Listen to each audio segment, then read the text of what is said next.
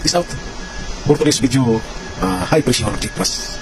Ito yung ginagamit pagtanggal ng dalawang guys. Pintura, lahat ng dumi sa dalawang guys. Ginagamit ito guys sa paglinis ng boiler. Nakakita guys. Matagal na pagtabay guys, dami itong problema guys. Leaking ng connection. Ayaw gumagana ng pressure guys. Kaya ngayon guys, bubuksan natin. Titingnan natin guys kung ano ang problema niya guys. Ito guys, yung tutuloy natin guys. May nakita akong busy yung process. Ito yung original na spring na guys. Yung bulitas. Tumatapos siya dito guys. Kaya kumuha ko ng spring na bulitas dito guys. Yung bearing na galing sa store. Bulitas na yan guys. Papalit ko siya dito guys. Dito malaki. Kaya papalit natin dito guys. Guys, yung bulitas at spring na nalari ko.